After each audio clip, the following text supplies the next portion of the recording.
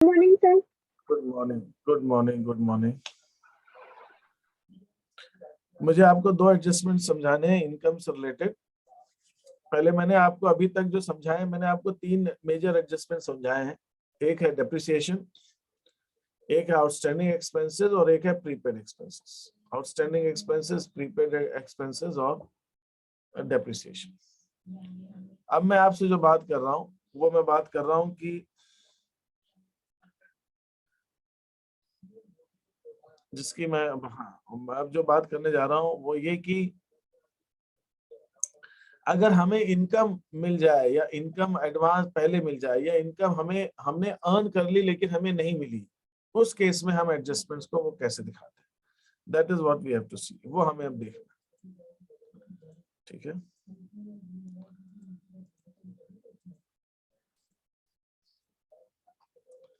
जैसे थोड़ी देर के लिए हम यहाँ पे देखते हैं।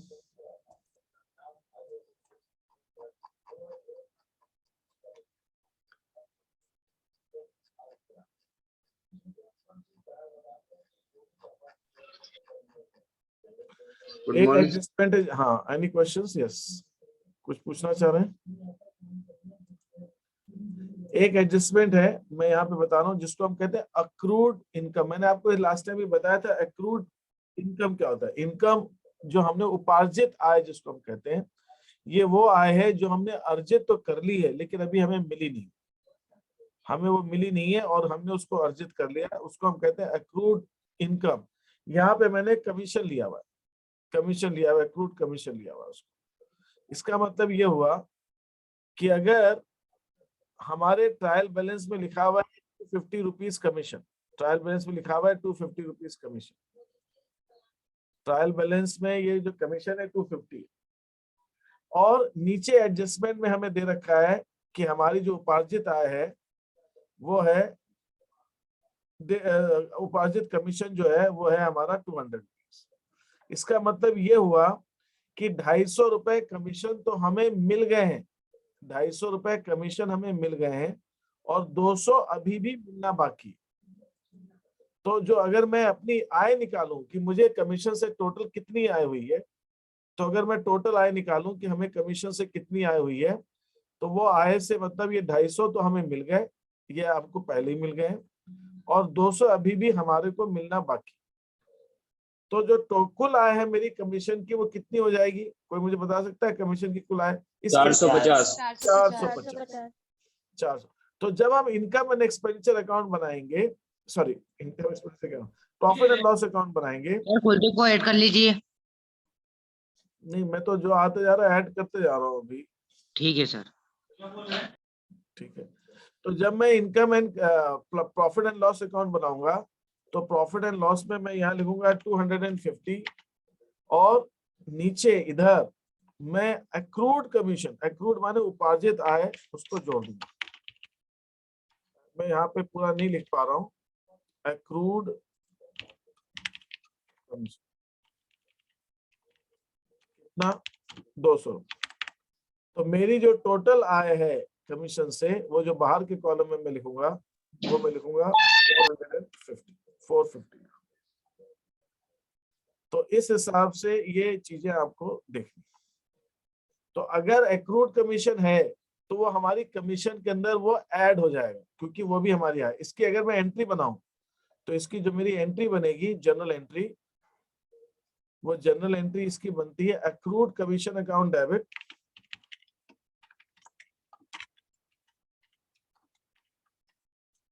कमीशन, ये एंट्री बनती है। इस एंट्री का मतलब क्या हुआ? इस एंट्री का मतलब यह है सीधा सा कि ये जो मेरा एक्रूड कमीशन है ये एसेट है, ये एसेट है, इसको एसेट बढ़ रही है हमारी, इसमें जोड़ दिया। और जो दूसरा है कमीशन, ये कमीशन क्या है? ये कमीशन हमारी इनकम है, ये कमीशन हमारी इनकम है और ये कमीशन रेवेन्यू हमारी बढ़ रही है। तो कुल मिला के कहने का मतलब ये accrued commission account debit to commission, ये हमारी एंट्री हो गई है। तो एक्रूड कमीशन एसेट है, वो हमारी बढ़ रही है, डेबिट हो रही है एसेट, और कमीशन जो है वो हमारी रेवेन्यू है, तो कमीशन बढ़ रहा है, हमारा इनकम बढ़ रही है तो इससे क्रेडिट हो रहा है। तो ये इसकी टोटल एंट्री है। और जब हम इसको कमीशन को यहाँ ऐड करेंगे तो बैलेंस शीट के अंदर भी हम एसेट्स में एक्रूड कमीशन दिखाएंगे।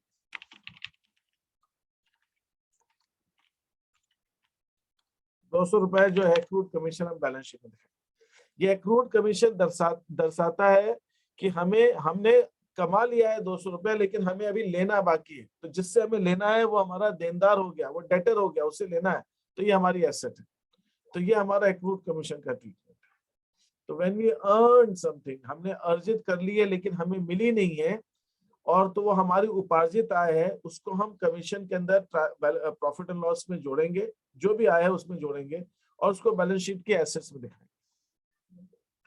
इसके अंदर किसी को डाउट है, कंफ्यूजन है तो पूछ सकता है मुझसे। ये एक्रूड कमीशन का क्या ट्रीटमेंट है। मैं फिर से जनरल एंट्री कैसे होगी सर? इसकी जनरल एंट्री होती है accrued commission account debit. Accrued commission asset है इसलिए वो डेबिट हो रहा है। एक्रूड कमीशन अकाउंट डेबिट, और जो कमीशन है वो हम क्रेडिट करते हैं। ये मैंने एक्रूड कमीशन दे दिया। अब ये एक्रूड कमीशन ही नहीं है, ये किसी भी साथ भी हो सकता है। जैसे फॉर एग्जांपल मैं अगर यहाँ पे 2-3 उदाहरण लूं। पहला मैंने लिया आपको एक्रूड कमीशन।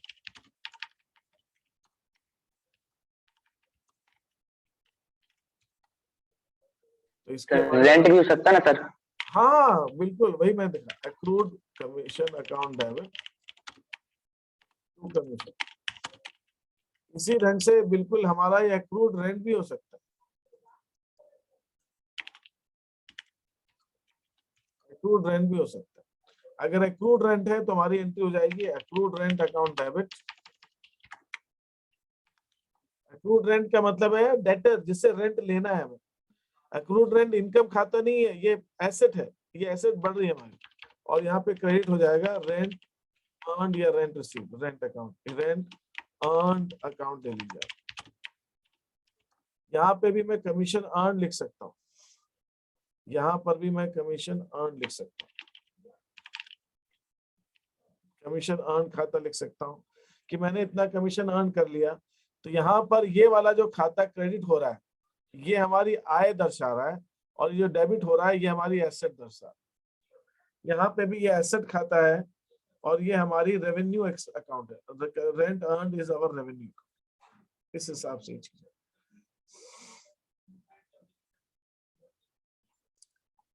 ठीक है, इसके अंदर किसी को कोई डाउट है तो पूछ लीजिए मेरे से कि सर ये एक्रूड रेंट एक्रूड कमीशन की एंट्री कैसे बनी। एक्रूड रेंट मतलब earn but not received, so accrued rent account debit to rent income, accrued commission account debit to commission. इस हिसाब से आ जाएगा। किसी को कोई चीज में पूछनी है मेरे से?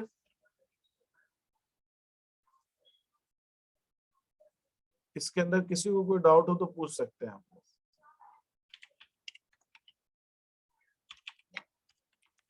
समझ में आया कि नहीं आया भाई, एक्रूड कमीशन या एक्रूड इनकम की क्या ट्रीटमेंट होता है? आ गया सर। आ गया ना, ठीक है। यस। किसी को कोई डाउट हो तो उसमें पूछिए मेरे से, है ना। ये सबको क्लियर है कि एक्रूड कमीशन की क्या हमारी एंट्री होती है। अब मैं इसका उल्टा है। उल्टा क्या है? हमको पहले ही पैसा मिल गया, हमने अर्न नहीं किया लेकिन पहले ही हमको पैसा मिल गया, तो अब हम उसकी एंट्री देख रहे हैं कि उसकी एंट्री क्या हो गया। हमें वो पहले ही पेमेंट मिल गया है लेकिन हमने अभी तक उसको अर्न नहीं किया, तो उसको हम लिखते हैं अर्न अर्नड, दैट इज अनअक्रूड। वो ऑपोजिट है। अब जैसे कि मैं आपसे कहता हूं, यहाँ पे आप बताइएगा कि ये मैंने ट्रायल बैलेंस के अंदर मुझे कमीशन दिया गया है ₹250, और एडजस्टमेंट कहता है कि इसमें ₹50 कमीशन हमें एडवांस में मिल गया। तो मुझे बता सकते हैं कि हमारी कमीशन से इनकम कितनी है? 200 सर। 200। 250 मिले हैं लेकिन 50 एडवांस में मिल गए, तो हमारी कमीशन से इनकम 200 है। तो हम क्या करेंगे, जब प्रॉफिट एंड लॉस अकाउंट में कमीशन लिखेंगे तो उसमें ₹50 जो एडवांस मिल गए वो हम माइनस कर देंगे। तो यहाँ मैं लिखूंगा कमीशन 250,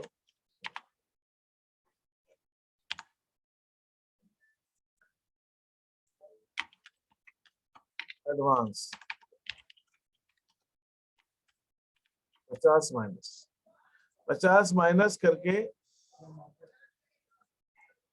हम 200 यहाँ पे लेंगे, ये 200। अब ये जो हमें एडवांस मिल गया, ये हमारी क्या एसेट है कि लायबिलिटी है? Liability sir. लाइबिलिटी है सर। ये बैलेंस शीट की लायबिलिटीज के अंदर हम इसको शो करें, बैलेंस शीट की लायबिलिटीज में हम इसको शो करेंगे। तो हम इसको बैलेंस शीट की लायबिलिटीज में ऑन कमीशन हम शो करेंगे 50 लायबिलिटीज में, क्योंकि हमें पहले ही मिल गया पैसा, जबकि हमारी इनकम नहीं है, हमारी इनकम नहीं है।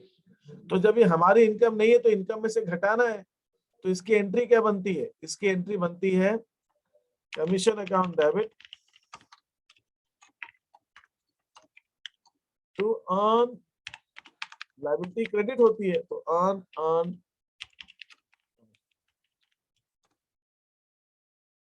तो एडवांस कमीशन की ये एंट्री बनेगी commission account debit to earn commission, commission account debit to earn commission, ये एंट्री बनेगी इसकी। आप ऊपर लिखिए कमीशन रिसीव्ड इन एडवांस ₹50 अपनी नोटबुक्स में, और उसके अंदर ये लिखिए आप commission account debit to earn commission.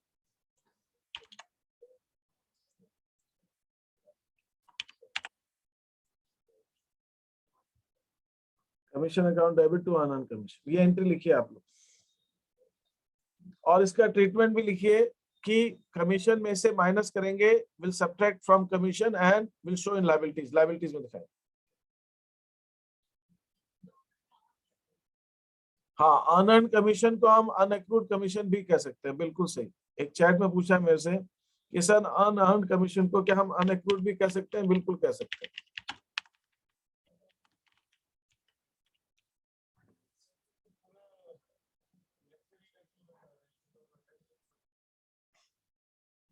Unearned commission को हम अनअक्रूड कमीशन भी कह सकते हैं। लिख लिया आप लोगों ने? कोई डाउट है इसके अंदर?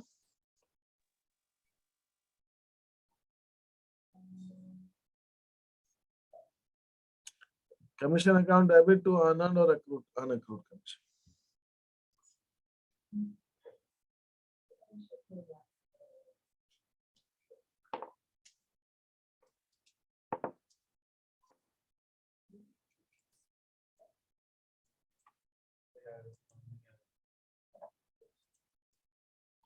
लिख लिया सर। ठीक है, अब मैं आगे बढ़ रहा हूँ, मैं कुछ केसेस दे रहा हूँ, मैं स्क्रीन पे कुछ चीजें लिखूंगा और मैं जिससे पूछता जाऊंगा वो मुझे बताते जाएगा इसका क्या ट्रीटमेंट होगा। ठीक है, जस्ट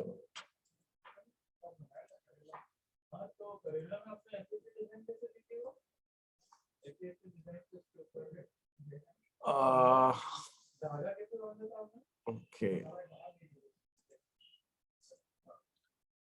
अगर मैंने मान लीजिए एक एडजस्टमेंट है, मैं पहले से स्टार्ट करूं जो अभी तक मैं पढ़ा चुका हूं आपको, इजी से स्टार्ट करूं। Depreciation on furniture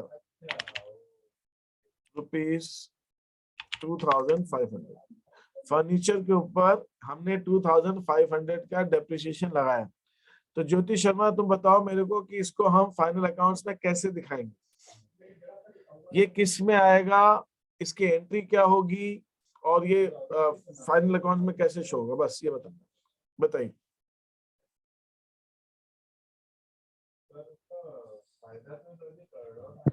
sorry sir, मुझे नहीं आता है। अभिषेक नारगोल, आपको आता है? या आप बताएं मुझे कि इसको हम फाइनल अकाउंट में कैसे शो करेंगे? नहीं सर। मैं क्या कर सकता हूँ? राजीव खान? नहीं सर।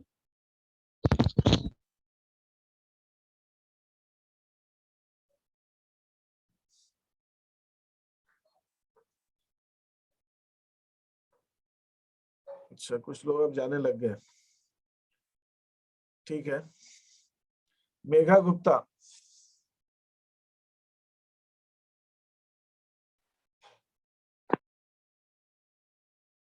मैंने समझाया था इसको हम फाइनल अकाउंट में कैसे शो करेंगे। ये डेप्रिसिएशन लगा है फर्नीचर पे, इसको हम फाइनल अकाउंट में कैसे दिखाएंगे?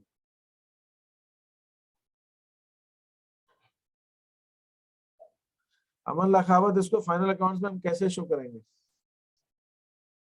Sir profit and loss account में को लिखना पड़ेगा। प्रॉफिट एंड लॉस अकाउंट में हमें लिखना पड़ेगा। सपोज ये 2500 का डेप्रिसिएशन है, तो प्रॉफिट एंड लॉस अकाउंट में हम इसको कैसे लिखेंगे? डेबिट साइड में लिखेंगे कि क्रेडिट साइड में लिखेंगे? ये हमारा खर्चा है कि हमारी इनकम है? सर ये खर्चा है सर। तो डेबिट साइड में लिखेंगे प्रॉफिट एंड लॉस अकाउंट के, कि क्रेडिट साइड में लिखेंगे? सर डेबिट साइड में। डेबिट साइड में। Yes sir. इसकी जनरल एंट्री क्या होगी? Depreciation account to furniture account. हाँ सही है। और ये सिर्फ प्रॉफिट एंड लॉस में आएगा कि कहीं और भी दिखाया जाएगा? सर बैलेंस शीट में भी इसको दिखाएंगे। कैसे? सर ये तो कुलदीप, सर बैलेंस शीट में कैसे दिखाएंगे डेप्रिसिएशन को? सर एसेट साइड में दिखाएंगे। एसेट साइड में कैसे दिखाएंगे? अलग से लिख देंगे डेप्रिसिएशन ऑन फर्नीचर एसेट्स में, कि क्या करेंगे उसका? फर्नीचर में जोड़ देंगे, फर्नीचर में घटा देंगे, कैसे दिखाएंगे? 3 तरीके हो सकते हैं ना। सर फर्नीचर माइनस करेंगे। फर्नीचर में माइनस करके दिखाएंगे, और बैलेंस शीट की एसेट्स में फर्नीचर में से कम हो जाएगी इसकी वैल्यू, और इसकी एंट्री होगी depreciation account debit to furniture, और बैलेंस शीट के अंदर इसको हम एसेट्स में से फर्नीचर में से माइनस करेंगे और प्रॉफिट एंड लॉस अकाउंट के डेबिट में दिखाएंगे। Yes sir. अभिषेक नागरकर समझ में आया? मेघा गुप्ता समझ में आया? राजीव खान समझ में आया? ज्योति शर्मा समझ में आया? डेप्रिसिएशन मैंने आपको बताया था पहली क्लास में, आप लोगों ने क्वेश्चन ही नहीं किए अभी तक। डेप्रिसिएशन हम कैसे शो करेंगे? प्रॉफिट एंड लॉस अकाउंट के डेबिट में लिखेंगे, और उसको हम बैलेंस शीट के अंदर एसेट्स में से माइनस कर देंगे, और इसकी एंट्री भी मैंने बताई थी आप। अब इसमें किसी को कोई क्वेश्चन है? कोई भी डेप्रिसिएशन होगा तो हमको क्या करना है? जब भी हम डेप्रिसिएशन लगाएंगे तो डेप्रिसिएशन अकाउंट को डेबिट करेंगे, और जिस भी एसेट पे हम डेप्रिसिएशन लगाएंगे उस एसेट को क्रेडिट कर देंगे। यहाँ पे मैं फर्नीचर पे लगा रहा हूँ तो फर्नीचर, मशीनरी पे लगा रहा हूँ तो मशीनरी, जो भी एसेट है उसको हम क्रेडिट कर देंगे। और इसको मैंने लिखाया था आपको, ये लिखवाया है आपको, इसमें डिक्टेट किया था मैंने क्या करना। मैंने लिखवाया आपको कि reduce show in the debit side of profit and loss account and subtract from the concern को संबंधित एसेट में से in the balance sheet, balance sheet में उस एसेट में से माइनस कर देंगे। ये मैंने आपको लिखवाया था। प्रॉफिट एंड लॉस के डेबिट में लिखिए, और उसको एसेट में, जो भी एसेट है उस एसेट में से बैलेंस शीट में माइनस करके दिखाइए। अभी कोई क्वेश्चन है किसी का इसके ऊपर? दूसरे बच्चे मुझे आगे के एडजस्टमेंट पूछ रहे हैं, मैं अगर वही वही बार बार रिपीट करता रहूंगा तो फिर आगे काम कैसे करेंगे? इसके अंदर किसी को कोई डाउट है? इसको लिखिए।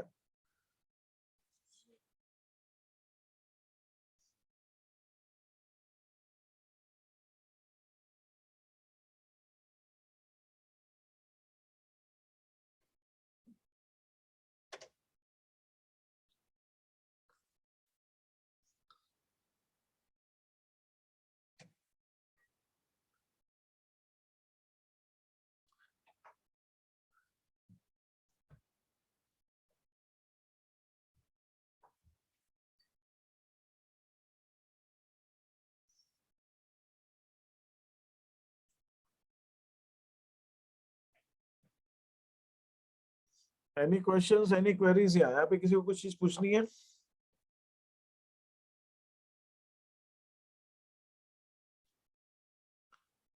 दूसरा एडजस्टमेंट है हमारा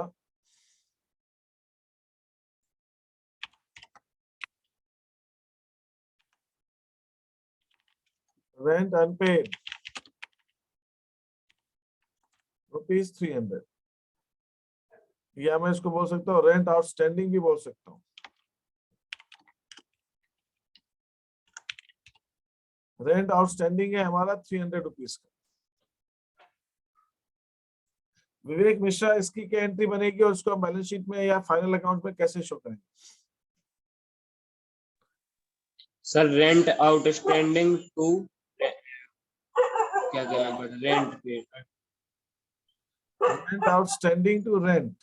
अच्छा, और इसको हम बैलेंस फाइनल अकाउंट्स में कैसे दिखाएंगे?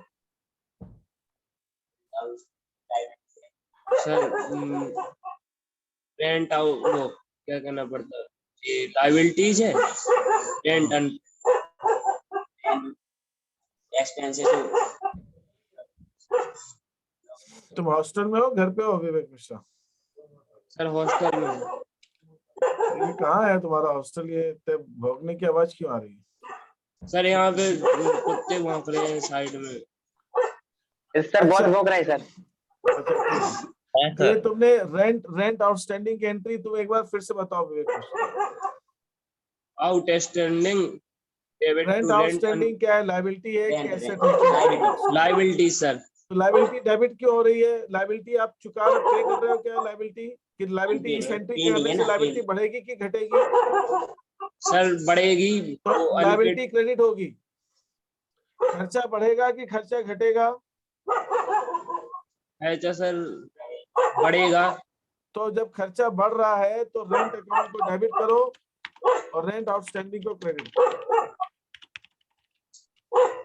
समझे आप?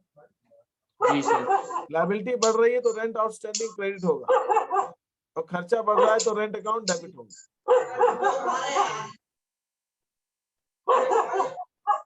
ठीक है, अब इसको तुम म्यूट कर लो अपने आप को एक बार।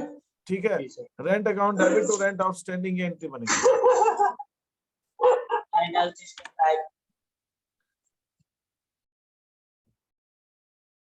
और फिर मेरी यहाँ पे इसको हम कैसे शो करेंगे?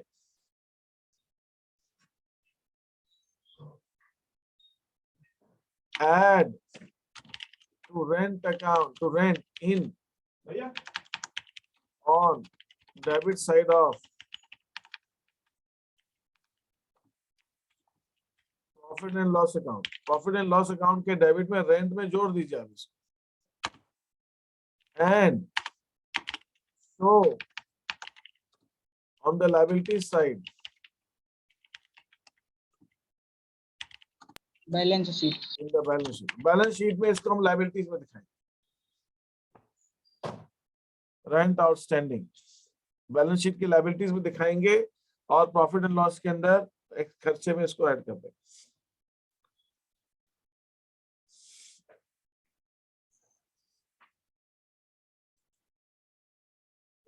ये मैंने आपको बताया था।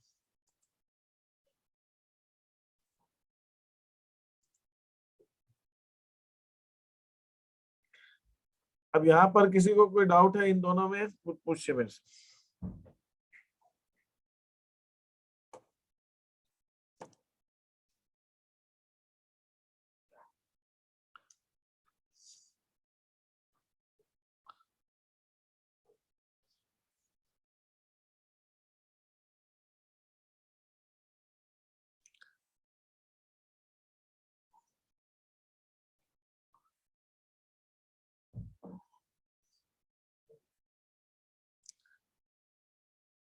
रेंट अनपेड और रेंट डेप्रिसिएशन, इसको लिख लीजिए और फिर आगे बात करते हैं।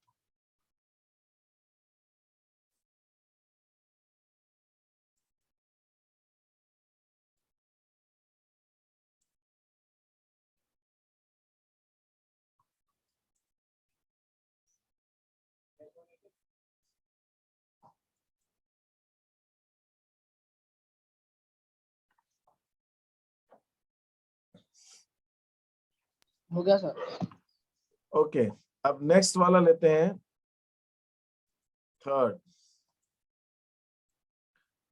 में ले रहा हूं इसके अंदर prepaid expenses. Prepaid salaries 30,000। Nandini माने प्रीपेड सैलरीज का क्या ट्रीटमेंट करते हैं और उसकी एंट्री क्या होती है? नंदिनी माने क्लास में नहीं है।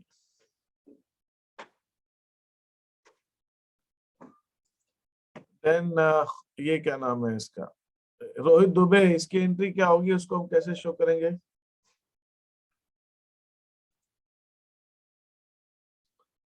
कीर्ति, इसको हम कैसे शो करेंगे?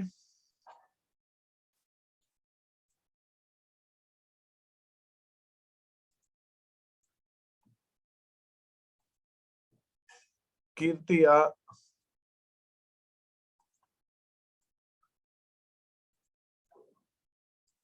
then you have this चेतन खुशवा, इसको हम कैसे शो करते हैं फाइनल अकाउंट में, और इसकी एंट्री क्या होगी? सर इसकी जनरल होगी prepaid expense account debit to expense account हाँ, एंड पीएनएल अकाउंट में एक्सपेंस में घटाएंगे ठीक है। और बैलेंस शीट में भी कुछ आएगा?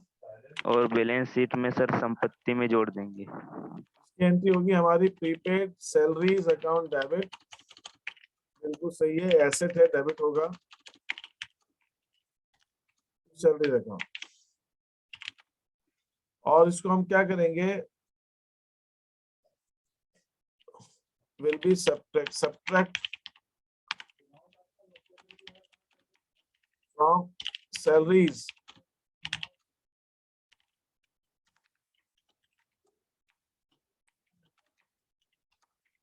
In the profit and loss account. Salaries जो है जहां हम दिखा रहे हैं उसमें से प्रॉफिट एंड लॉस में से इसको माइनस कर दें and will show as assets in the balance sheet, और बैलेंस शीट में हम उसको एसेट की तरह दिखाएंगे। सैलरीज में से घटा देंगे और बैलेंस शीट में हम इसको एसेट की तरह शो करेंगे।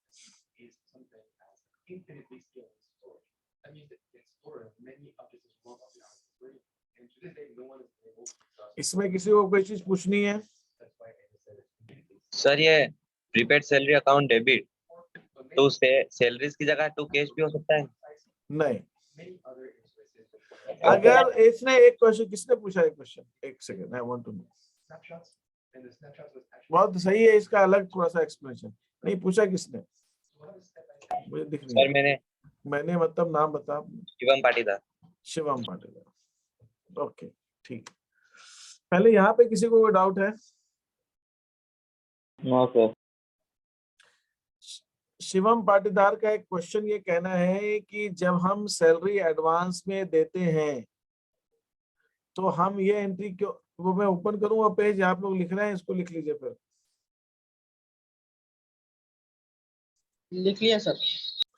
मैं ये कह रहा हूं कि शिवम पाटीदार का ये कहना है कि सर जब हम सैलरी एडवांस में देते हैं तो हम प्रीपेड, बहुत ये थोड़ा अलग क्वेश्चन है भाई, इसको थोड़ा ध्यान देना पड़ेगा आपको।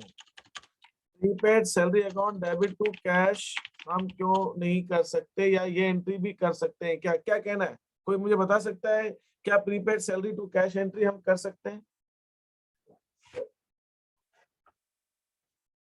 सर आपने कई जगह की है सीटों में। हाँ, तो भाई बताइए, मैंने कब जनरल एंट्री में भी होती है। मैंने गलती हो सकता है, मेरे से भी गलती हो सकती है। हाँ संस्कृति बोलो। तो जनरल एंट्री में भी तो ऐसा ही होता है। हाँ भाई, तो ये अभी ये एंट्री, तो ये इसका मतलब शिवम पाटीदार सही कह रहा है, मैंने गलत पढ़ा आगे का है। पैसा पहले दे दिया, मैंने गलत पढ़ा है ना आपको, ये एंट्री होनी चाहिए। और मैं अभी क्या एंट्री कर रहा हूँ, अभी मैंने आपके सामने एंट्री कौन सी की है? अरे भाई ये क्या है, ये प्रीपेड सैलरी टू सैलरी होगा कि प्रीपेड सैलरी टू कैश होगा? तो अब ये आपके दिमाग में क्वेश्चन बिल्कुल सही है और स्वाभाविक तौर पे उठना चाहिए कि सर ये आपने गलत पढ़ा है, इसे prepaid salary to salary entry कैसे कह रहे हो आप? आपने जनरल एंट्री तो ये कराई थी ना, प्रीपेड सैलरी टू कैश, अब आप कह रहे हो प्रीपेड सैलरी टू सैलरी। अरे ये क्या है, बताए कोई मुझे बता सकता है? ये दोनों एंट्री सही है कि दोनों में से कौन सी सही है? दोनों सर सही है। दोनों सही क्यों है? हाँ, सर। कमल यादव सर क्योंकि सर बैलेंस शीट में अगर सर घटाएंगे प्रीपेड सैलरी तो सर सैलरी से ही घटा सकते हैं सर। तो बेटा ये ऊपर वाली एंट्री करेंगे तो फिर ऊपर वाली एंट्री में तो ऐसा घटने की जरूरत नहीं पड़ रही है। तो सर ये सर आपको पता तो हाँ नहीं बताइए। हाँ नहीं पता सर, सॉरी सर। अरे सॉरी की क्या बात है? आगे की सैलरी पहले दे। सर हाँ एक सेकंड मैं मुझे थोड़ा सा एक्चुअली देखना है कि कौन बोल रहा है। सर हाँ जैसे हम सैलरी असेट्स में सैलरी बढ़ा रहे हैं, जैसे कैश में डायरेक्ट कैश बढ़ा सकते हैं क्या सैलरी की जगह? बेटा सैलरी तुम दोगे तो कैश तो नहीं बढ़ेगा, कैश तो घटेगा सर ना। ऊपर वाली एंट्री के हिसाब से ऊपर वाली एंट्री में तो कैश घट रहा है ना, कैश तो क्रेडिट हो रहा है तो कैश। बैलेंस शीट के असेट साइड में जो सैलरी का बढ़ेगा, तो तुम ये कहना चाह रहे हो ऊपर वाली एंट्री के हिसाब से अगर हमको प्रीपेड सैलरी का एडजस्टमेंट दिया जाएगा तो बैलेंस शीट में प्रीपेड सैलरी एसेट में दिखा देंगे और कैश में घटा देंगे, ऐड नहीं कैश में नहीं घटा बढ़ा देंगे। नहीं बढ़ाएंगे क्यों? आप प्रीपेड सैलरी दे रहे हो तो कैश जाएगा ना, सैलरी थोड़ी आएगी आप। यस सर, कैश तो घट रहा ही है सर। कैश क्रेडिट हो रहा है ना इसके अंदर शिवम, कैश तो क्रेडिट हो रहा है ना, कैश तो कैश तो घट रहा है।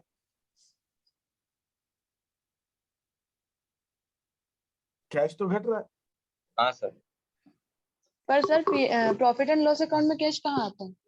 नहीं तो ये एंट्री नहीं आएगी फिर प्रॉफिट एंड लॉस में। अगर ऊपर वाली एंट्री करेंगे प्रीपेड सैलरी टू कैश तो प्रॉफिट एंड लॉस में नहीं आएगी, बैलेंस शीट में ही फर्क पड़ेगा इसका।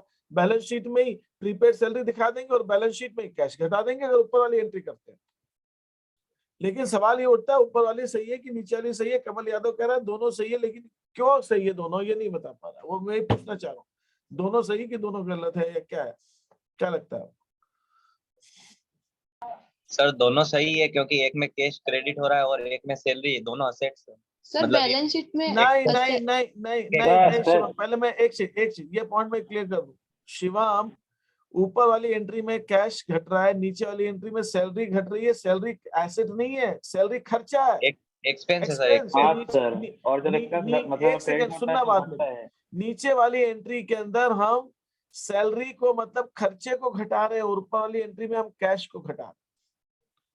दोनों एंट्री में हम एसेट को तो बढ़ा रहे हैं, प्रीपेड सैलरी एसेट है, एसेट बढ़ रही है। लेकिन ऊपर वाली एंट्री में एसेट घट रही है, नीचे वाली एंट्री में खर्चा घट रहा है। दोनों में ये फर्क है। तो मुझे पर जा तो कैश रहा है ना सर।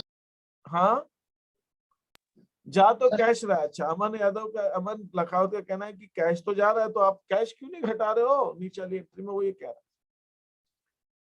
है। Yes sir.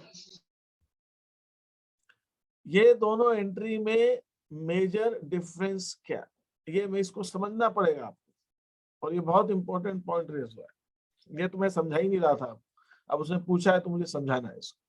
ये क्या डिफरेंस दोनों, इन दोनों एंट्रीज की खास बात क्या है वो अपने को समझना।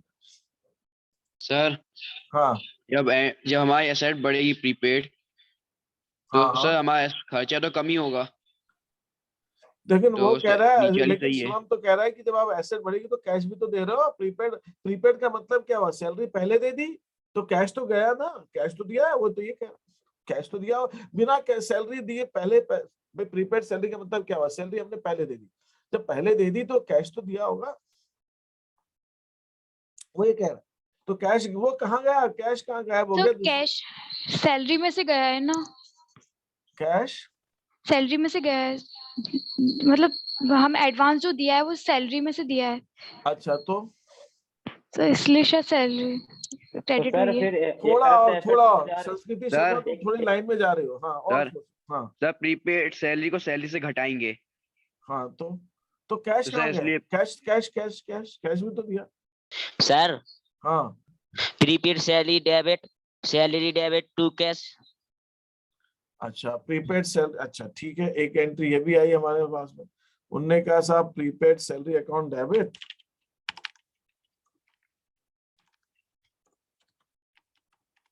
Salary debit cash. बहुत बढ़िया, और बताइए। तो इसका मतलब अगर मैं आपसे सिंपल कहता हूँ प्रीपेड, मैंने आपको एडजस्टमेंट क्या दिया था अभी, मैंने आपको एंट्री दी थी प्रीपेड सैलरी 1000 रुपए, ये एंट्री दी, ये ट्रांजैक्शन दिया था। तो अब सवाल उठता है इसका क्या एंट्री होगी। क्वेश्चन ये, प्रीपेड सैलरी 1000 रुपए, तो इसकी एंट्री ये वाली होगी कि ये वाली होगी कि ये वाली होगी, कौन सी एंट्री होगी? क्वेश्चन ये। हमने जो प्रीपेड एडवांस एक्सपेंस भी सैलरी जा दी है, सकता है ना सर? हाँ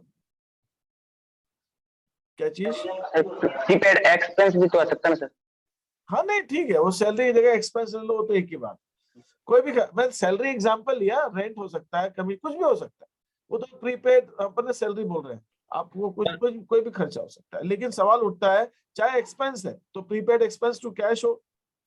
सर वो हाँ दोनों को Sir- अगर क्रेडिट कर दे तो सैलरी और कैश को दोनों को क्रेडिट कर दे और प्रीपेड को सैलरी को डेबिट। अब मैं आपको एक पॉइंट बता देता हूँ क्योंकि हम आगे बढ़ते हैं, ठीक है। ये जो हमने जर्नल एंट्री की थी उस समय ये एंट्रीज बनाई थी अपन ने कि प्रीपेड सैलरी टू सैलरी। अब सुनिएगा, salary to cash, prepaid salary to cash entry कराई है मैंने। कब? जब हमने जर्नल एंट्री की थी। अगर मैं आज किसी को सैलरी दे रहा हूं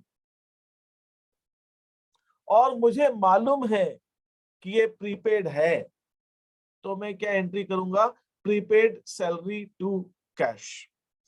और जब मैं सैलरी देते समय prepaid salary to cash entry कर दूंगा तो ट्रायल बैलेंस के अंदर प्रीपेड सैलरी आएगा कि नहीं आएगा? बताइए। जब ट्रायल बैलेंस बनाऊंगा तो प्रीपेड सैलरी आएगा ना ट्रायल बैलेंस में, क्योंकि मैंने एंट्री क्या की थी? प्रीपेड सैलरी टू कैश की थी। ये बात क्लियर है आपको? ये बात यस क्लियर है? सर। हाँ सर।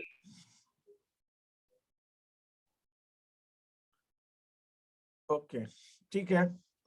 तो जब मैंने सैलरी एडवांस में दी थी तो मेरी एंट्री बनी थी प्रीपेड सैलरी टू, एक सेकेंड, जब मुझे मालूम था कि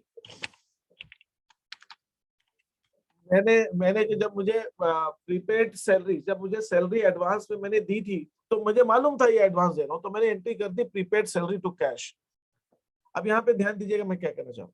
तो जब मैंने पहले ही एंट्री कर दी प्रीपेड सैलरी टू कैश, ठीक है, तो उस केस के अंदर एक सेकेंड, हाँ, तो उस केस के अंदर मैंने प्रीपेड सैलरी अकाउंट पहले ही खोल दिया। जब पहले ही खोल दिया तो ट्रायल बैलेंस में प्रीपेड सैलरी आएगी, तो फिर मुझे एडजस्टमेंट करने की जरूरत नहीं है। क्यों नहीं है? क्योंकि मैंने पहले ही प्रीपेड में लिख दिया। अभी हम क्या पढ़ रहे हैं? एडजस्टमेंट पढ़ रहे हैं। एडजस्टमेंट पढ़ रहे हैं, इसका मतलब ये हुआ कि जब मैंने सैलरी दी तो मैंने prepaid salary to cash entry नहीं की, मुझे करनी थी, लेकिन मैंने क्या एंट्री कर दी होगी? Salary account debit to cash. अब मैं एडजस्टमेंट कर रहा हूं प्रॉफिट निकालते समय, इसलिए अब मैं कर रहा हूं entry prepaid salary to salary. इसका मतलब मैं फिर से रिपीट कर रहा हूं, इस चीज को ध्यान देना, बहुत बहुत इंपॉर्टेंट सा पॉइंट। और ये क्वेश्चन जो है ये हर एक को नहीं पूछता और ना समझते हैं लोग और रख लेते हैं, इसका लॉजिक नहीं समझते। मैं आपसे यहाँ से ये कहना चाह रहा हूँ, मैं आपसे यही कहना चाह रहा हूँ कि यहाँ पर अगर मैंने एंट्री की है प्रीपेड सैलरी टू कैश, तो मतलब जब मैंने सैलरी दी थी तो मुझे मालूम था कि ये प्रीपेड है, तो उस समय मैंने क्या एंट्री की? Prepaid salary to cash entry की, या फिर मैंने एंट्री की prepaid salary debit to cash. मैंने इन दोनों में से कोई एंट्री की होगी, क्योंकि जब मैंने सैलरी दी तो मुझे मालूम था। लेकिन क्या हुआ? जब मैंने सैलरी दी तो मैंने प्रीपेड लिखा ही नहीं, मैंने तो एक एंट्री कर दी। क्या एंट्री कर दी? Salary account debit to cash. मैंने क्या एंट्री कर दी? Salary account debit. ये एंट्री कर दी मैंने जब मैंने सैलरी। अब जब मैं प्रॉफिट निकालने लग रहा हूँ, trading account, profit and loss account बनाने लग रहा हूँ, तो मैंने ये एंट्री कर दी, मान suppose salary account debit to cash. तब मैं देख रहा हूं कि भाई ट्रायल बैलेंस के अंदर तो 10,000 की सैलरी आ रही है। जब मैं ये एंट्री करूंगा तो ट्रायल बैलेंस में 10,000 की सैलरी आएगी। फिर मैं देख रहा हूं कि नहीं, अरे इसमें 2,000 रुपए तो प्रीपेड है, इसको हटाओ इसमें से। उस समय एडजस्टमेंट एंट्री करने का मतलब ये, एडजस्टमेंट एंट्री तब मैं करूंगा, क्या एंट्री करता हूं? Prepaid salary account debit to salary.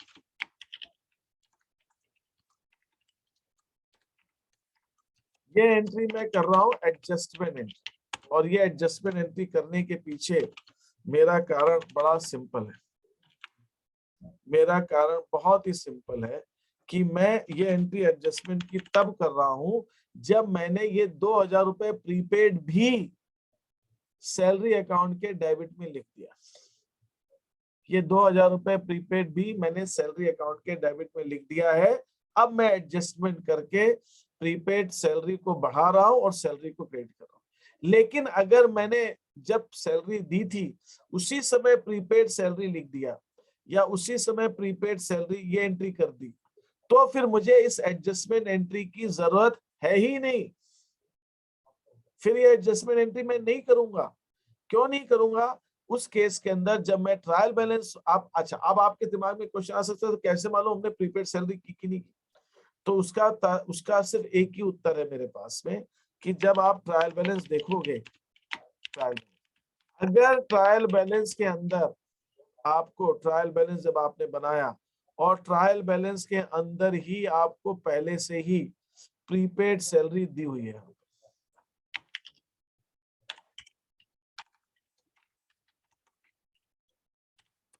और यहाँ पे सैलरी भी दी हुई है, इसका मतलब आपको एडजस्टमेंट की जरूरत ही नहीं है। आपको पहले से ही प्रीपेड सैलरी अलग ही लिखी हुई। तो ऐसे केस में कोई मुझे बता सकता है कि ट्रायल बैलेंस में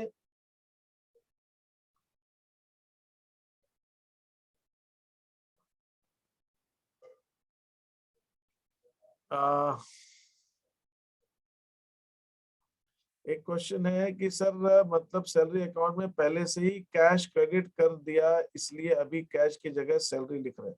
हाँ, मतलब ये जो प्रीपेड सैलरी दी है वो हमने पहले ही उसके अंदर लिख दी, उसके अंदर पहले ही हमने लिखी। ठीक है, तो यहाँ पर मेरा कहने का मतलब है कि अगर ट्रायल बैलेंस के अंदर मैंने प्रीपेड सैलरी लिखा हुआ है तो इसका मतलब मैंने जब प्रीपेड सैलरी दी है तो उसी समय मैंने सैलरी अकाउंट प्रीपेड सैलरी को डेबिट कर दिया है। तो ऐसे केस में मुझे एडजस्टमेंट एंट्री ही नहीं करनी, फिर मैं एडजस्टमेंट एंट्री थोड़ी करूंगा। अब कोई मुझे ये बताया कि अगर ट्रायल बैलेंस में प्रीपेड सैलरी दिया हुआ है तो इसको हम फाइनल अकाउंट्स में कैसे दिखाएंगे? अगर ट्रायल बैलेंस में प्रीपेड सैलरी दिया हुआ है तो इसको हम फाइनल अकाउंट्स में कैसे दिखाएंगे? अगर ट्रायल बैलेंस में दिया हुआ, अभी मैंने क्या बताया था आपको, ट्रायल बैलेंस के नीचे एडजस्टमेंट में दिया हुआ है तो दो चीज करते हैं, सैलरी में से घटाते हैं प्रॉफिट एंड लॉस में और बैलेंस शीट में दिखाते हैं एसेट्स में।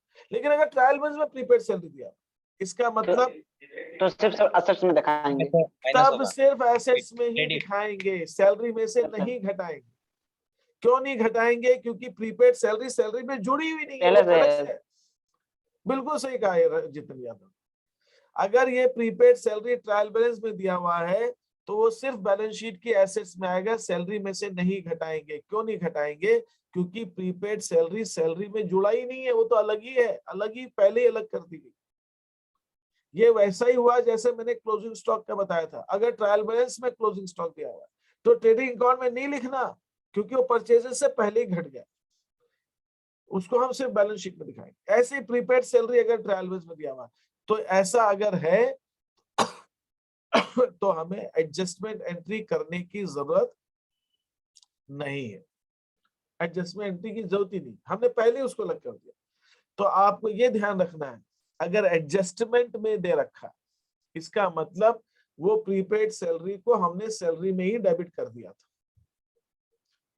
अब उसको हम ठीक कर रहे हैं, अब ठीक करो।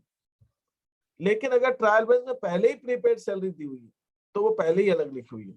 तो आपको जो एंट्री बताई गई है, जब हम जनरल एंट्री सिखाते हैं, मैं आपको क्लियर कर देता हूँ, जब हम आपको जनरल एंट्री पढ़ाते हैं तो आपको प्रीपेड पढ़ाने के लिए हम ये बता देते हैं भाई प्रीपेड है तो आप क्या करो कि उसको आप prepaid salary to cash entry कर दो। जनरल एंट्री पढ़ाते समय हमें बताना पड़ता है, लेकिन पता है एक्चुअल लाइफ में क्या होता है? एक्चुअल लाइफ में ऐसे नहीं होता। हमारा अकाउंटिंग ईयर कब है? जनवरी से दिसंबर मान। अब किसी ने जनवरी में कहा कि भाई फरवरी की सैलरी एडवांस दे दीजिए, तो हम प्रीपेड सैलरी थोड़ी लिखते हैं जनवरी में, हम तो सैलरी लिख देते हैं। पता चला हर महीने हम यही करते रहे। हम ऐसा कब करते हैं? साल के अंत में करते हैं। साल के अंत में प्रॉफिट लॉस निकालते समय करते हैं। ऐसा नहीं कि किसी ने मार्च की सैलरी जनवरी में मांगी तो हम उसको प्रीपेड लिखते हैं, वो तो पढ़ाते समय हम पढ़ा देते हैं। ऐसा एक्चुअल में होता नहीं है। तो बिजनेस जो है हर महीने प्रीपेड सैलरी की एंट्री करता रहे, फिर उसको एडजस्ट करता रहे, ये सब इतना टाइम थोड़ी होता है, बिजनेस यही सब करता है। तो जब हम सैलरी देते हैं उस समय हम सिर्फ एक ही एंट्री करते हैं, salary account debit to cash. और जब साल खत्म हो जाता है, जब हम प्रॉफिट लॉस निकालते हैं, तब हम देखते हैं अरे सैलरी के अंदर प्रीपेड सैलरी भी लिखी हुई है, तब हम ये जाके एडजस्टमेंट एंट्री करते हैं। और अगर हमने प्रीपेड सैलरी की एंट्री पहले ही कर दी है तो हमें फिर इस एडजस्टमेंट एंट्री की जरूरत नहीं है, फिर हमें इस एडजस्टमेंट एंट्री की जरूरत नहीं है। Is that okay? और ये कैसे मालूम पड़ेगा आपको कि प्रीपेड सैलरी के में इंक्लूडेड है कि अलग से है?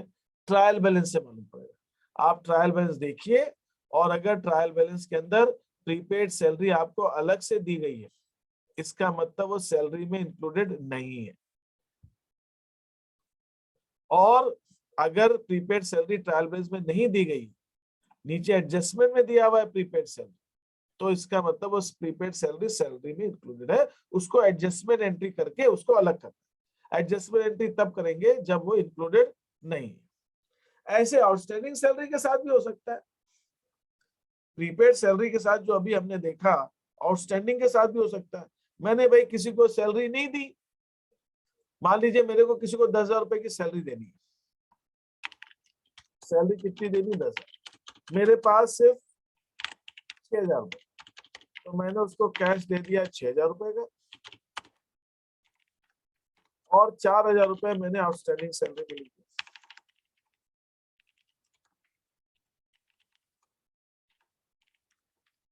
तो जब मैं ऐसी एंट्री करूंगा तो ट्रायल बैलेंस के अंदर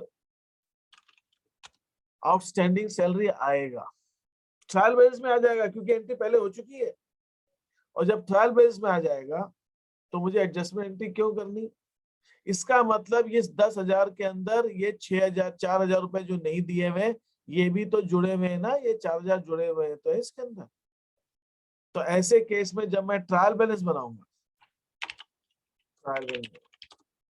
तो ट्रायल बैलेंस के अंदर, मेरे ट्रायल बैलेंस के अंदर डेबिट साइड में सैलरी आएगी 10,000, सैलरी 10,000 से डेबिट हुआ है, और लायबिलिटीज क्रेडिट साइड में आउटस्टैंडिंग सैलरी भी आएगी 4,000। अगर ट्रायल बैलेंस में ऐसा दे रखा है, ऐसा दिया हुआ, इसका मतलब इस 10,000 के अंदर ये आउटस्टैंडिंग सैलरी पहले से शामिल है, पहले से शामिल। तो मुझे एडजस्टमेंट एंट्री क्यों करनी? वो तो पहले से ही जोड़ दिया, अब और क्यों जोड़ेंगे? पहले से जुड़ा हुआ। आउटस्टैंडिंग सैलरी जोड़ते हैं ना प्रॉफिट एंड लॉस में, तो नहीं जोड़ेंगे, पहले से जुड़ा हुआ। तो अब ये सिर्फ हमें बैलेंस शीट की लायबिलिटीज में दिखाना बस। और वैसे भी मैंने आपको बताया हुआ कि ट्रायल बैलेंस में जो भी आइटम्स आते हैं वो एक ही जगह आते हैं। आउटस्टैंडिंग सैलरी अगर ट्रायल बैलेंस में दिया हुआ है तो वो सिर्फ बैलेंस शीट की लायबिलिटीज में आएगा, और उसको हमको सैलरी में नहीं जोड़ना है, क्योंकि वो पहले से जुड़ा हुआ, पहले से जुड़ा हुआ। हाँ, अगर मैंने आउटस्टैंडिंग सैलरी यहाँ पे नहीं दिखाया और नीचे एडजस्टमेंट में दे रखा है कि भाई 4,000 रुपए सैलरी आउटस्टैंडिंग, इसका मतलब जब मैंने सैलरी दी होगी तो सिर्फ वही सैलरी लिखी जो कैश में दी। ट्रायल बैलेंस के नीचे दिया हुआ आउटस्टैंडिंग सैलरी ₹4, इसका मतलब ये 4,000 रुपए 10,000 में इंक्लूडेड नहीं है। इसका मतलब ये हुआ कि जब मैंने सैलरी दी होगी तो मैंने सिर्फ वही अमाउंट लिखा जो कैश में दिया 10,000, बस जो 10,000 रुपए मैंने कैश में दिया सिर्फ वही लिखा है इसका। 4,000 नहीं इंक्लूडेड है इसका। तो आउटस्टैंडिंग की एडजस्टमेंट एंट्री की जरूरत है, और अगर ट्रायल बैलेंस में है तो एडजस्टमेंट एंट्री की जरूरत हमें नहीं है। Is that okay? Yes sir. कोई क्वेश्चन यहाँ पर किसी का? किसी का कोई क्वेश्चन है? सर ये आउटस्टैंडिंग सैलरी में बैलेंस शीट में कहाँ दिखाएंगे? कभी अंदर हुआ ट्रायल बैलेंस के अंदर? क्रेडिट साइड में। आउटस्टैंडिंग सैलरी क्रेडिट होता है ना, लायबिलिटी है। हाँ सर। तो इसलिए बैलेंस ट्रायल बैलेंस के अंदर क्रेडिट साइड में है। ठीक है। और इसी ढंग से डेप्रिसिएशन के साथ भी होता है। अगर मैंने आपको ट्रायल बैलेंस के अंदर ही डेप्रिसिएशन दे दिया, इसका मतलब डेप्रिसिएशन घट चुका है एसेट में से। मैंने यहाँ पे आपको मान लीजिए ट्रायल बैलेंस के अंदर दे दी मशीनरी,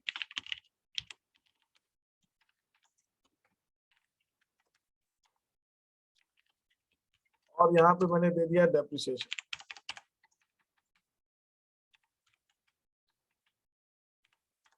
इसका मतलब भाई साहब ये 2000 रुपए का जो डेप्रिसिएशन है ये मशीनरी में से पहले ही घट चुका है, पहले ही घट चुका है, इसकी एंट्री हो चुकी है। इसका मतलब ट्रायल बैलेंस बनाने से पहले ही हमने ये एंट्री कर दी है। कौन सी? Depreciation account debit to machinery. ये एंट्री मैंने डेप्रिसिएशन ट्रायल बैलेंस बनाने से पहले ही कर दी। तो मशीनरी अकाउंट में से मैंने 2000 रुपए का डेप्रिसिएशन पहले ही घटा दिया। और अगर मैंने पहले ही घटा दिया तो अब मैं क्यों घटाऊंगा? अब क्यों घटाऊंगा? तो बैलेंस शीट के अंदर हम डेप्रिसिएशन को नहीं घटाएंगे। डेप्रिसिएशन क्या है? एक्सपेंस है, तो ये सिर्फ सीधे सीधे प्रॉफिट एंड लॉस में आएगा। और बैलेंस शीट में हम मशीनरी में से नहीं घटाएंगे क्योंकि ये पहले ही घट चुका है। कैसे मालूम घट चुका है? क्योंकि ये एंट्री हो चुकी होगी, ये एंट्री हो चुकी है, इसी वजह से ट्रायल बैलेंस के अंदर डेप्रिसिएशन आ रहा है। नहीं तो ट्रायल बैलेंस में डेप्रिसिएशन कैसे आ सकता है? अगर सर डेप्रिसिएशन नहीं होता तो सर मशीन की कीमत से 12,000 होती सर। हाँ, अगर हमने डेप्रिसिएशन नहीं घटाया होता तो बैलेंस ट्रायल बैलेंस में मशीन की कीमत 12,000 दिखाई। बिल्कुल सही, बिल्कुल सही। सर यही अक्रूड में सर अन में करेंगे सर। अक्रूड अनअक्रूड में भी यही बात है।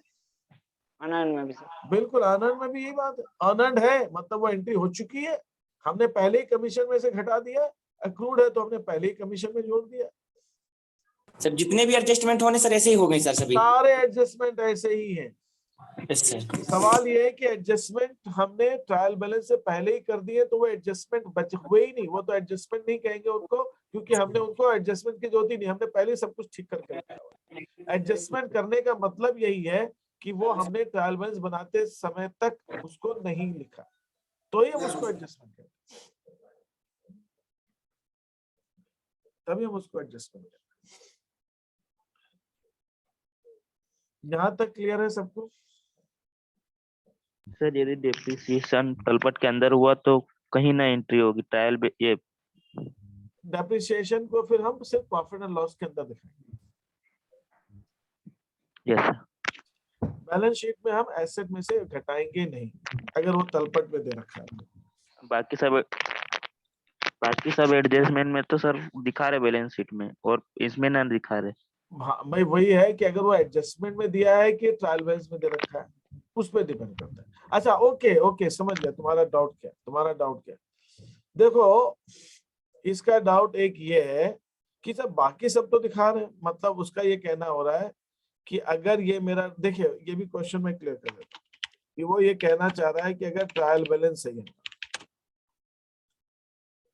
और फिर से मैं ध्यान दीजिएगा, ये मेरा ट्रायल बैलेंस,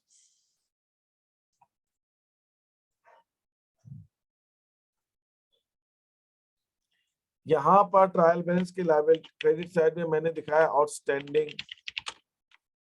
सैलरी, यहाँ पे डेबिट साइड में दिखाया मैंने प्रीपेड रेंट,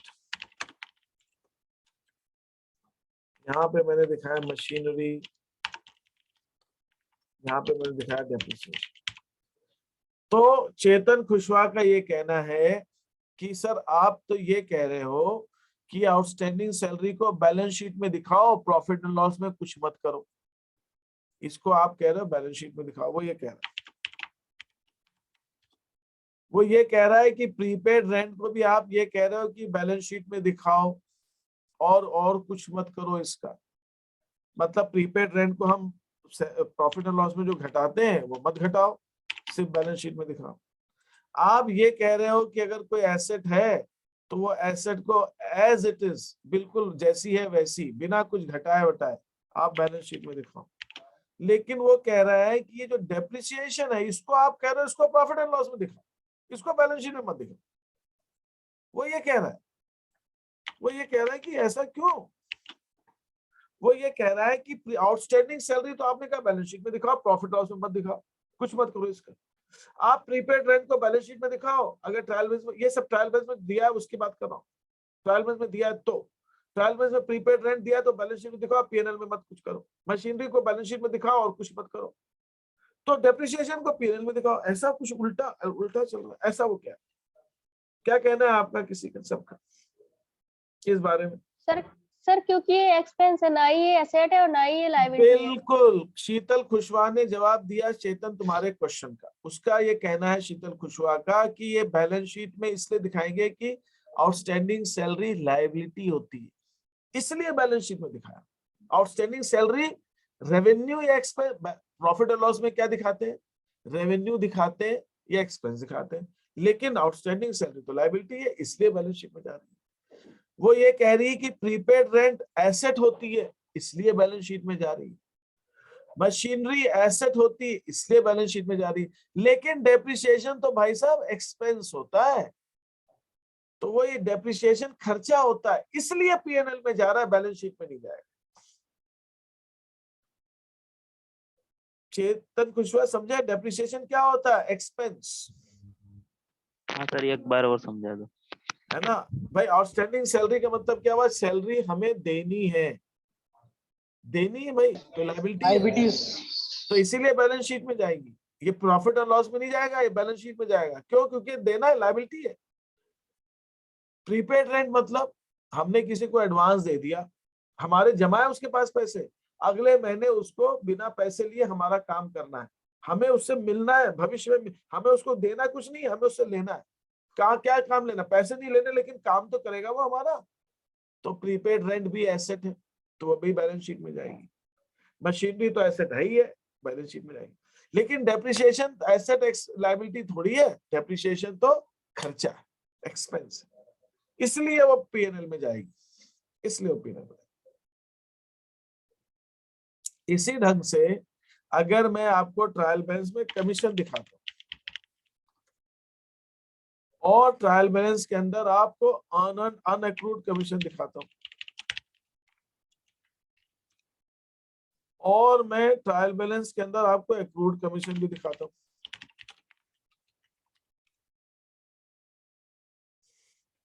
अब आप मुझे बताइए, ट्रायल बैलेंस के अंदर मैंने कमीशन भी दिखाया, ट्रायल बैलेंस के अंदर मैंने अनअक्रूड कमीशन भी दिखाया, और ट्रायल बैलेंस के अंदर मैंने एक्रूड कमीशन भी दिखाया। ये तीनों चीजें, तो इसका मतलब ये तीनों एक ही जगह आएंगे, दो जगह नहीं आएंगे, लेकिन तीनों पीएनएल में ही आएंगे कि तीनों बैलेंस शीट में आएंगे? चेतन तुमको क्या लग रहा है? क्या सर? ये तीन चीज है ना, तीन आइटम है, ये कमीशन, ये एक्रूड कमीशन, और ये सॉरी अनअक्रूड, और ये एक्रूड, ये तीनों बैलेंस शीट ट्रायल बैलेंस में दे रखे हैं। मतलब हमें एडजस्टमेंट की जरूरत नहीं है, एंट्री पहले हो चुकी है। तो मेरा क्वेश्चन आपसे ये है कि एक्रूड कमीशन कहाँ आएगा, अनएक्रूड कमीशन, सॉरी कमीशन कहाँ आएगा, अनएक्रूड कमीशन कहाँ आएगा, और एक्रूड कमीशन कहाँ आएगा? क्या लगता है तुम बताओ? कोई दिक्कत नहीं, गलत सही से घबराना है, बताओ क्या लगता है? सर पीएनएल में बताना है कि प्रॉफिट बैलेंस शीट में? अरे तो हाँ, वो तो ठीक है ना, तो तुम बताओ ना, पीएनएल में आएगा, बैलेंस शीट में आएगा? तो दो ही जगह आ सकता है, या तो पीएनएल में आएगा, बैलेंस शीट में आएगा, ट्रेडिंग अकाउंट में तो आएगा नहीं। तीन ही चीज बनाते हैं ना, trading account, PNL, balance sheet. Trading account में तो कुछ आएगा नहीं, दोनों में से आएगा। तो किसमें क्या आएगा? ये दोनों में आएगा। तुम क्या? कमीशन वाले उसमें छोड़ दो। सर कमीशन प्रॉफिट है, loss.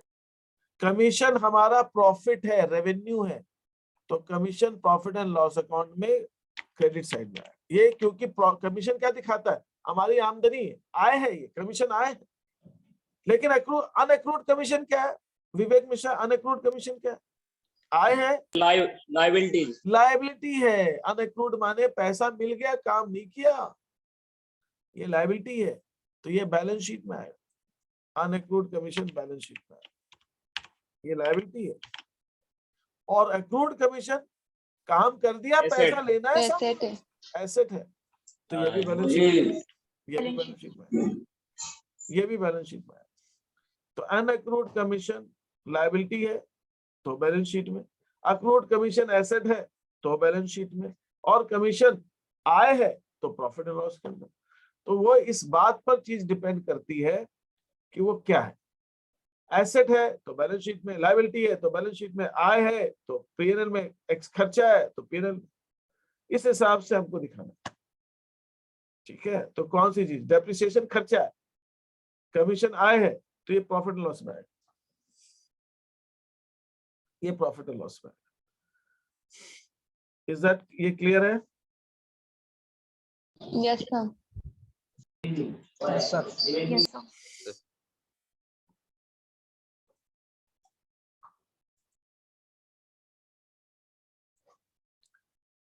Okay. Any query here?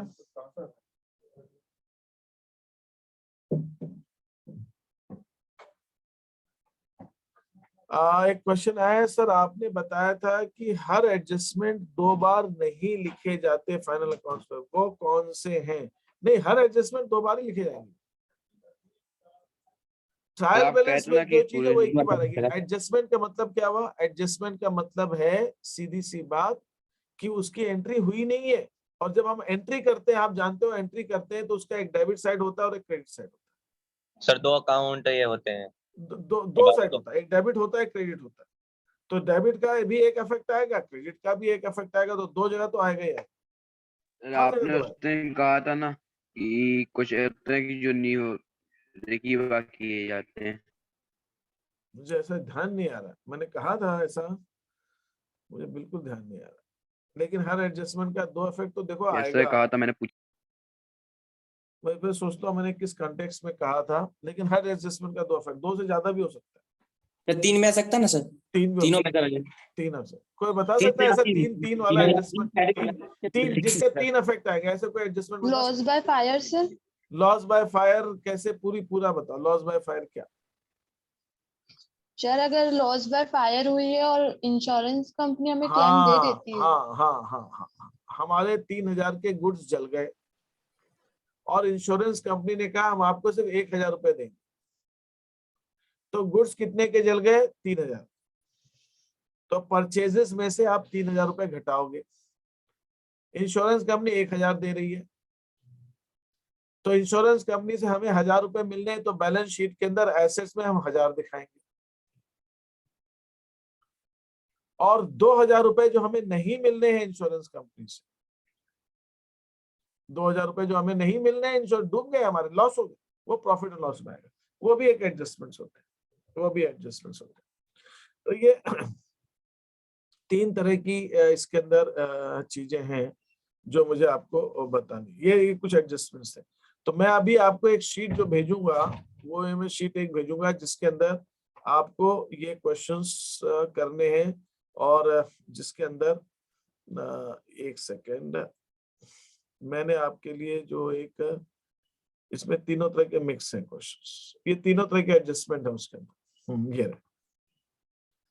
मैं आपको दिखा देता हूँ, वो आप क्वेश्चंस मुझको करके आपको भेजना है।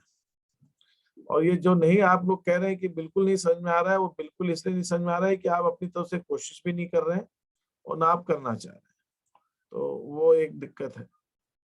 ठीक है, ये शीट है, ये मैंने इसके अंदर कितने क्वेश्चंस हैं, शीट नंबर 39, इसके अंदर ये दो ही क्वेश्चन दिए हैं, तो ये 2 क्वेश्चंस कम से कम करने ही हैं सबको। शीट नंबर 39 भेज रहा हूँ, ये सबको 2 क्वेश्चंस करने ही। ठीक है, आप भेज चुके हो? 39 दे दिए मैंने? नहीं दिए? हाँ मैंने सर, भी आपको 39 हो गई है। 39 हो गई क्या? नहीं, इसके अंदर तो मिक्स है, फिर ये 40 होगी। अच्छा, ये 40 शीट है, फिर वो 39 अगर मैं भेज चुका हूँ और आप लोगों ने कर चुके हैं तो ये 40 शीट है जो, हाँ ठीक है, 40 में प्रीपेड भी है, आउटस्टैंडिंग भी है, डेप्रिसिएशन भी है। मैंने उसमें अक्रूड अनअक्रूड भी डाले हैं कहीं पे, वेजेस प्रीपेड, ठीक है।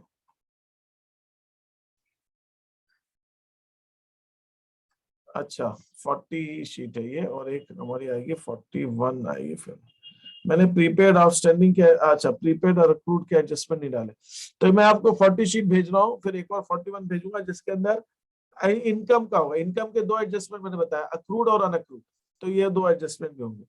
तो इतने आपको करने हैं, और जिससे कि आप उसको आगे कर सकें।